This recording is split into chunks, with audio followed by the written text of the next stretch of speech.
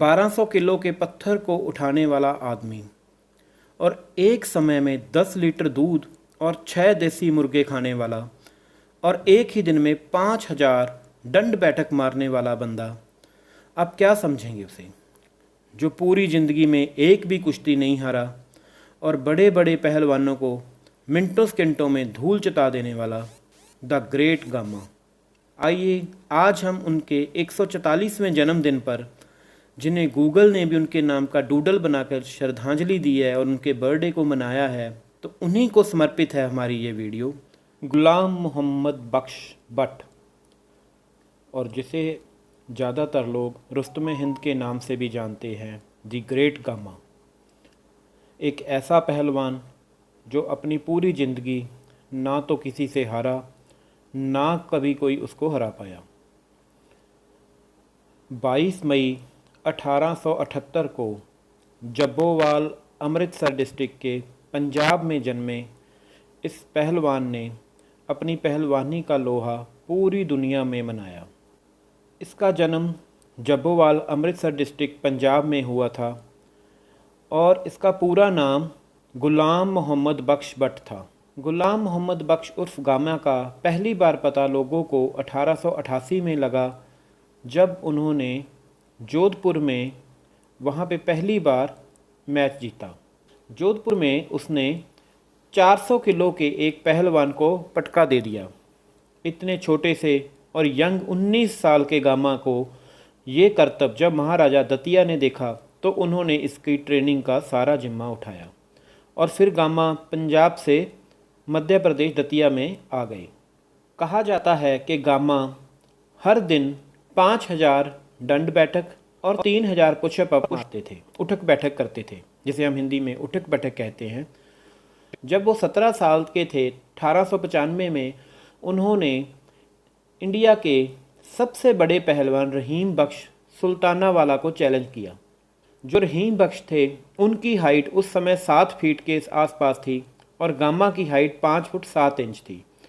सभी लोग ये सोच रहे थे कि रहीम बख्श केवल 1 मिनट में गामा को चित कर देगा। घंटे चले इस मैच में रहीम बख्श और गामा एक दूसरे को पटक नहीं सके, पर गामा के दिल में कुछ और ही चल रहा था। उन्होंने तो बस जीतने की ठान रखी थी। फिर दूसरी बार रहीम बख्श सुल्तानावाला से जब उनका मैच पड़ा तो उस टाइम उनके नाक से खून बह रहा था, पर फिर भी लड़ते हुए उन्होंने रहीम बख्श को चित कर दिया और रुस्तमे हिंद का खिताब जीत लिया। इससे गामा का डंका पूरी दुनिया में बजने लगा। इतनी छोटे कद का पहलवान क्या क्या कर रहा है। फिर लंदन में जब गामा 1910 में लंदन में गए तो उस समय के हैवीवेट चैंपियन वर्ल्ड के आर.बी.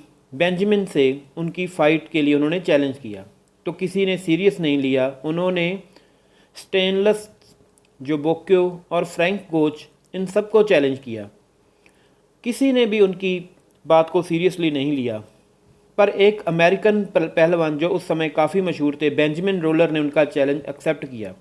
गामा ने 1 मिनट 40 सेकंड में उसे चित कर दिया और फिर दूसरे मैच में 9 से 10 मिनट में उसे फिर चित कर दिया। इससे गामा का पूरे वर्ल्ड में डंका बजने लगा और लोग सीरियसली लेने लगे। उसके बाद उसके वर्ल्ड चैम्पियनशिप में सिलेक्शन हो गई, तो फिर आया वो ऐतिहासिक दिन जिसका सबको इंतज़ार था। स्टेनलेस ज़ेबेस्को, जो कि उस टाइम के सबसे बड़े पहलवान थे। 10 सितंबर 1910 को ज़ेबेस्को ने गामा का फेस किया। फाइनल में John bull world championship in London में हुई थी, जो 250 पाउंड की इनामी राशि थी। तो जॉन बुल बेल्ट थी जो उसके लिए मैच हुआ। ये मैच 2 घंटे 35 मिनट तक चला, जो कि जॉन बुल बेल्ट के लिए था। जो वर्ल्ड चैम्पियन ज़ेबेस्को और गामा के बीच था, 2 घंटे 35 मिनट इस चले मैच में ये ड्रॉ घोषित कर दिया गया। फिर उसके बाद दूसरी बार 17 सितंबर 1910 को फिर मैच था। ज़ेबेस्को ने आने से इनकार कर दिया और गामा को विनर अनाउंस कर दिया गया। उन गामा को जॉन बुल बेल्ट के साथ रुस्तम हिंद और रुस्तम जमाना का खिताब मिला, या इनके वर्ल्ड चैम्पियनशिप। उसके बाद तो उन्होंने बहुत सी बड़ी बड़ी प्रतियोगिताएं पूरे वर्ल्ड में जीती। उनका जो फाइनल मुकाबला रहीम बख्श सुल्तानावाला के साथ इंग्लैंड में हुआ, तो उसमें भी उन्होंने रहीम बख्श सुल्तानावाला को हरा दिया। इस तरह से गामा ने बहुत बड़े बड़े वर्ल्ड के सभी मैच जीते। लगभग जो आज रिकॉर्ड मौजूद है 57 मैचेस का, जो वर्ल्ड वाइड उस समय के रिकॉर्ड में मौजूद हैं, उनमें एक भी मैच नहीं था जिसमें गामा को कोई चित कर पाया या हरा पाया। विभाजन के समय गामा पहलवान अमृतसर में ही थे और फिर वो वहाँ से लाहौर चले गए। आखिरी जीवन के उन्होंने आखिरी पल लाहौर में ही बिताए और लंबी बीमारी और आर्थिक तंगी के कारण उन्हें अपने मेडल तक और चांदी सोने के जितनी भी ट्रॉफियाँ थी वो भी बेचनी पड़ी और 1960 की 82 वर्ष की आयु में उनका निधन हो गया।